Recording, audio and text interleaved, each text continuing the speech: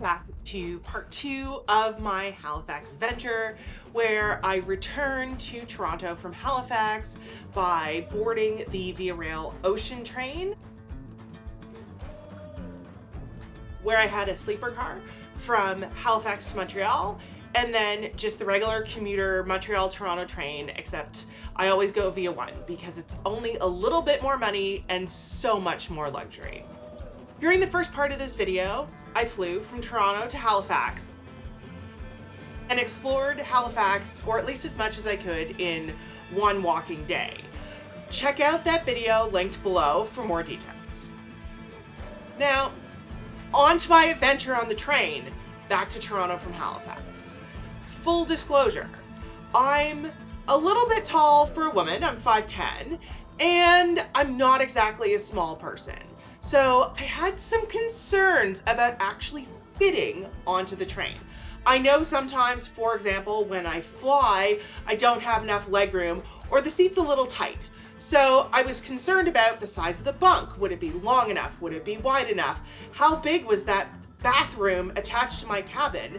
And frankly, some of the footage I've seen from other YouTubers makes that hallway on the train look really, really narrow. I had some questions. Also, because as many of you will know, I'm dairy-free, I was a little bit concerned about what it was I was going to eat for more than 24 hours as I traveled through Nova Scotia, New Brunswick, Quebec, and Ontario. Come along on this adventure. I'll answer all of those questions and show you some of the scenery along the way.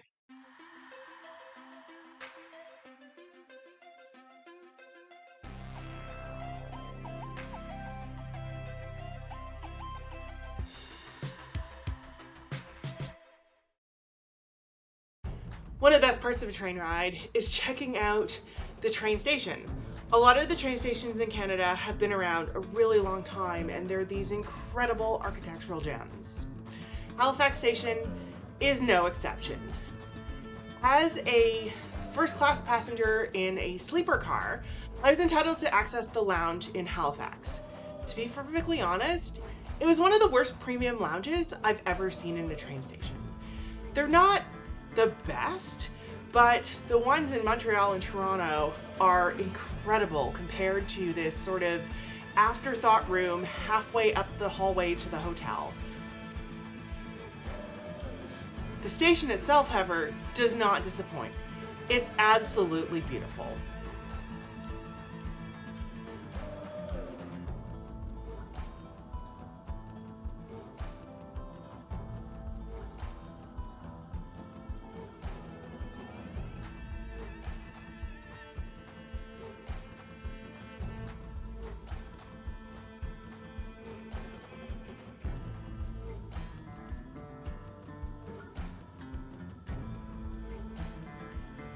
The check-in process was an absolute breeze. They had my bag tagged and marked all the way through to Toronto, my tickets in hand, dinner time booked. Don't forget to book your mealtime reservations before you get on the train. This is really critical to determining not just if you'll eat, but when. The Via Rail Ocean is a very long train. And so everybody sort of scuttles down this long pathway to get onto the train. Unlike some of the stations I'm used to, the entire platform was outdoors, and I think I was really lucky it was a beautiful, non-rainy day at Halifax. On board the Ocean at Halifax, you can see Pier 21 out that window, and ready for our 1 o'clock Atlantic Daylight Time departure heading for Montreal. When I got on that train, I was already hungry. We had a 1 o'clock departure, and so I had booked myself for the first seating of lunch, which was right at 1 o'clock. And trust me, the train and everything on the train runs as on time as possible. 1 o'clock seating was as we were pulling out of Halifax Station. Sitting in the dining car was one of my main opportunities to get to know some of my fellow passengers. I had assumed that everybody on the train would have been taking it for the experience. I was wrong. There were a number of passengers simply taking it as transportation. People who either didn't want to fly, had a little bit of extra time, or didn't want to cram themselves into an airline seat. on to the good stuff. What you're really asking is, what did you eat as a dairy-free passenger on Via's ocean train? Well, let me tell you a story. For lunch, I had chicken souvlaki. For dinner, I had chicken souvlaki. And then when I got on my commuter train from Montreal to Toronto in Via 1, I had, wait for it, chicken souvlaki. However, I will say the standard dessert appears to be the Sweets from the Earth Mint Nanaimo bar, and I was there for it, although by the third time it was getting a little bit sweet. The one saving grace in between all that chicken souvlaki was breakfast on the train. The chai-flavored quinoa porridge is not to be missed. In fact, I'd almost be tempted to mark myself as dairy-free even if I wasn't, just to try this breakfast. It was so good, I hope to recreate it in a future video. There was also wine and beer available on the train, and the servers were absolutely attentive and very helpful. They'll also be a great source of information about whether or not the train's running on time, and just some great trivia. One of the servers on my train actually gave me some great tips for some future train travel as well. Before booking my trip, I was a little bit nervous. I'm not a small person, and so I was concerned that I wouldn't fit into my bunk or down the halls. Train hallways are a little bit narrow, but I actually fit with just a tiny bit of room to spare on each shoulder. And it probably would have almost been better to have had a tighter wedge into that hallway, because you are bumping back and forth as you go down the rails, and it's really hard on the shoulders. It's a little bit late coming to breakfast, but I will say there's a fair bit of flexibility as long as they're still serving. And I had a meal set aside for me as a dairy-free passenger, so I don't really know what happened to the selection for the other passengers as it got later into the day. However, pro tip, I did hear from some of the seasoned passengers that the best breakfasts tend to go quickly. After my breakfast, I stood up from the dining car and walked back to my room through the lounge car.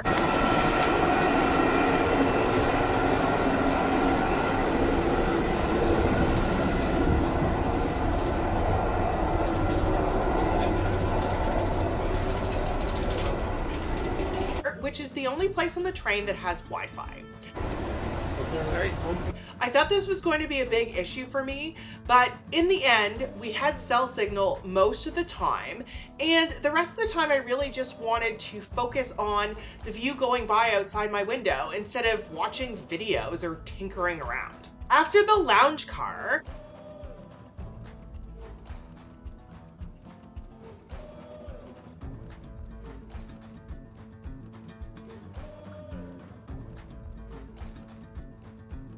there was a step out into the next car. And I will say, this is another thing I kind of had a question about before I got on the train was, how do you get from car to car? Are there doors? Is there a button?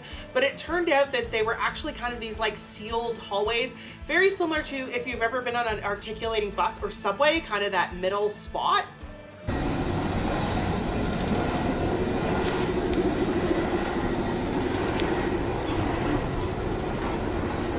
Then from the lounge car, you're into one of several sleeper cars, and there was somebody coming at me, so I had to stop filming. Back to the sleeper car, we find my room.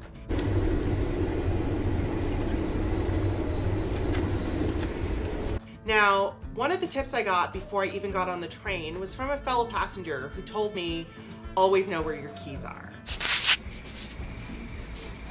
She told me on a previous trip, a fellow passenger had locked themselves out of their room. It's super easy. The second that door swings closed, it's locked. So you want to make sure you have one of those keys on your person anytime you're opening that door. Inside, it's fairly spacious. You've got a long bench seat.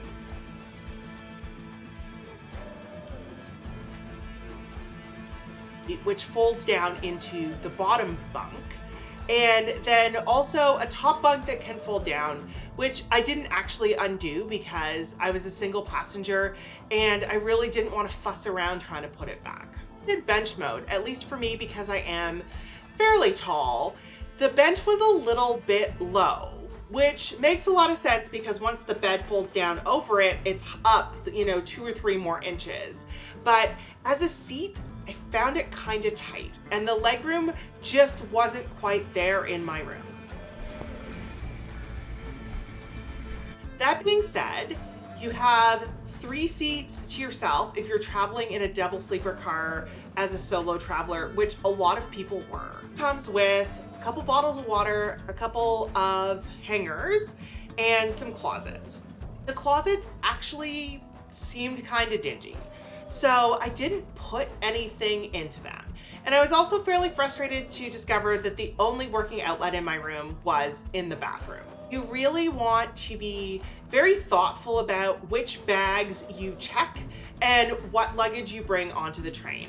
I packed my overnight essentials and my electronics into my backpack, which is my normal carry-on, and it was still kind of in the way some of the time. The bathroom was tight but functional.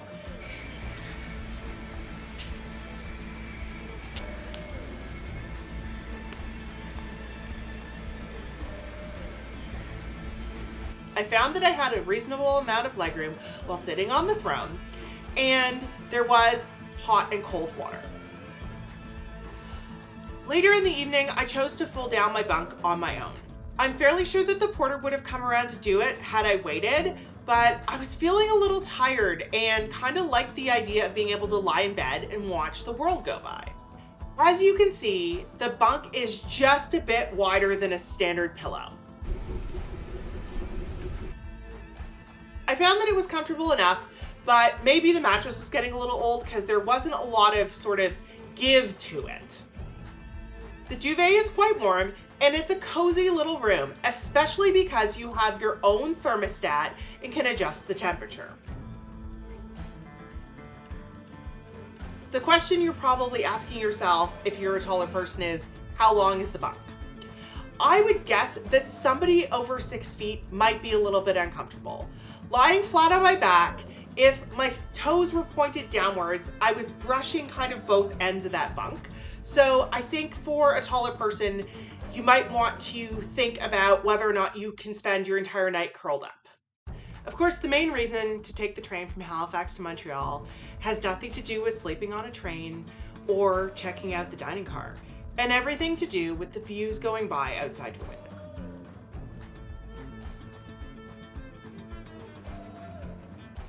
I've been to New Brunswick and Quebec, and obviously I live in Ontario, but this was my first time in Nova Scotia, and it was great to cap it off with the opportunity to see a little bit more of the province on my way out.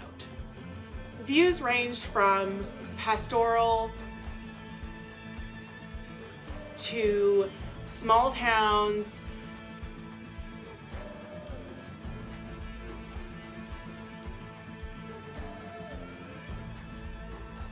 boring stations,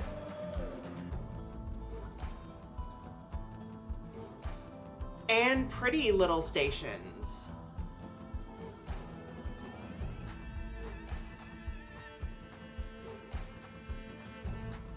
While I've been to Bathurst and also to Fredericton, I'd never had a chance to visit Moncton, New Brunswick.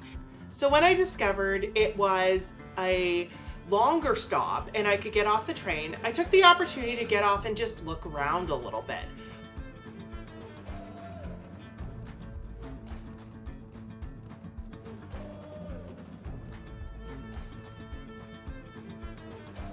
Plus, it's really nice to stretch your legs and have the whole world stop moving for just a few moments.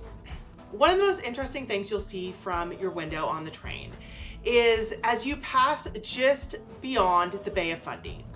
As many of you know, the Bay of Fundy has the highest tides in the world, and you can see evidence of this even inland, where it's clear the water has retreated from where it was just a few moments or hours before.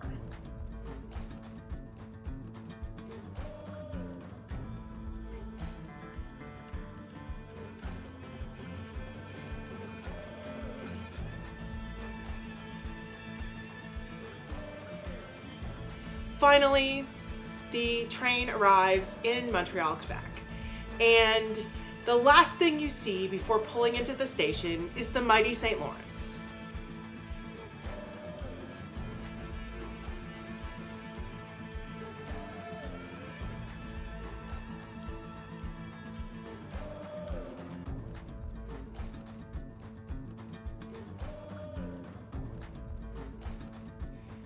This was an amazing trip and an amazing opportunity to do something I'd never really done before, to stay overnight on a train. I hope you'll continue to join me on my adventures here on the One Woman Island. I started this channel to empower myself and others to try new things, to work collaboratively, but also to be independent where necessary. Traveling as a solo female traveler can be intimidating, but Via Rail is a great way to dip your toe in the water. I hope to see you again in 2 weeks, and until then I encourage you to like, subscribe, and comment on this video.